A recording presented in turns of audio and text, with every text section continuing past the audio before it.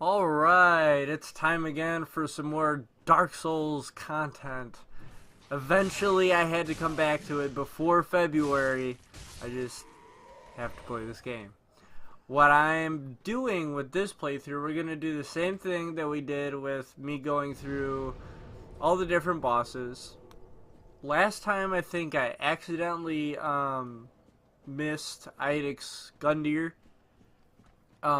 Also, what I'm going to be doing is including the invasion spirits and mini bosses. I know I did that for a little bit last time, but I didn't, fully go all out into it. So I just want to make sure that I'm just hitting all the marks. As you've noticed, I am using the Deprived class, and this is the reason we are doing this video again. I am going to go the entire Dark Souls game just using the Deprived class. And I'm going to try to do it with no help at all, no co-op, no summon signs. I feel like once I get to the Nameless King, I'm going to have to get some help because I still cannot beat him one-on-one. I think I've beaten every other one-on-one besides him, Soul of Cinder, and Aldrich. But we are going to see what we can do. Now, last time, first of all, I had to restart this because I was an idiot and I sold my loincloth and I sold my plank shield and I sold my club. And I was like, well, if the, Deprived playthrough, I'm only going to look deprived for the first boss, then what the hell is the point? So I decided, oh, fuck it, I guess we'll do this again. Now, I thought that I got really lucky with the last Iudex Gundyr. What the hell am I doing? Where am I going? Where are you going, Branden? Oh, I guess I want to get more health pots. And then I'm just going to run through these guys because I'm like, you know what? I am no longer able to do this one with one health pot again. So last time when I did this, I did have one health pot left and I was at like probably 10 health halfway through the Iudex Gundyr battle. And I was like, I'm just not going to make it. But let's just see how good we can do. And I made it. I beat him on 10 health with one health pod that I used probably like a minute or two into the battle. So I'm just like, oh, fuck it, here we go. And full health for level 1. So, not a whole hell of a lot. No Ember. My party did this shit in D&D. I can do this shit in the actual game. So watch and learn.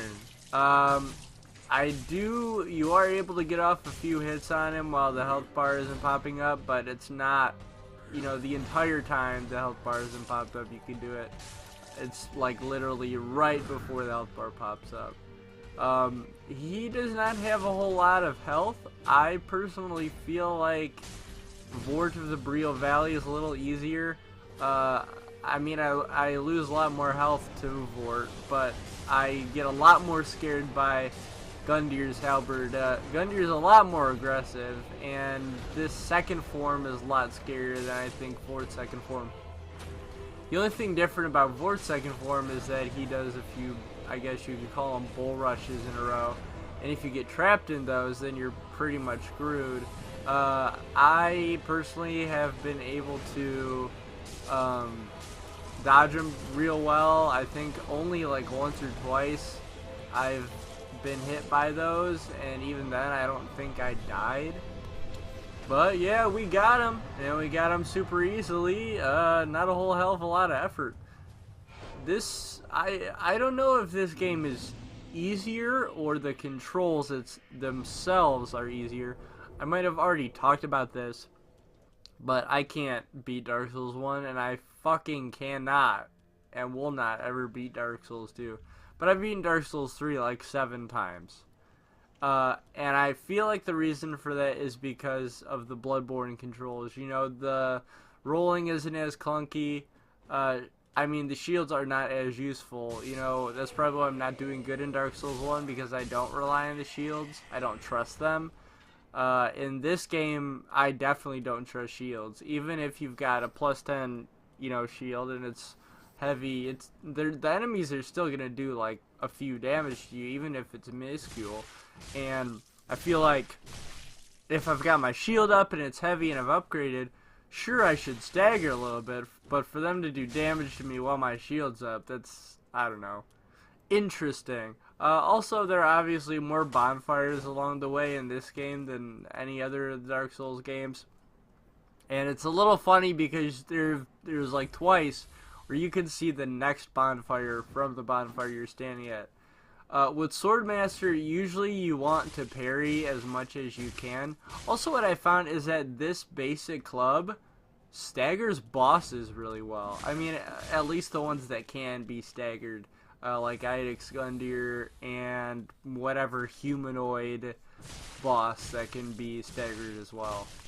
But yeah, most of the time it's important and it's good to be the parry king when you're going up against Swordmaster. If he's ready for you and you swing at him, he will parry you and he'll kill you in one hit. Which is really scary. This guy is definitely difficult. There have been times where I've been so frustrated with him, I'm just like, screw you. You're going off the cliff. We cannot do this fucking shit anymore. I don't have time for this. But I got him, and this playthrough I got him my first try, so I was feeling pretty damn good. What we're gonna do is we're gonna show you what I'm doing with my leveling up right now. Starts base 10 for everything, better luck than any of the other builds, I think. And then I'm just gonna go into vigor and endurance, and then we'll find out what happens later. I'll see you guys in the next one.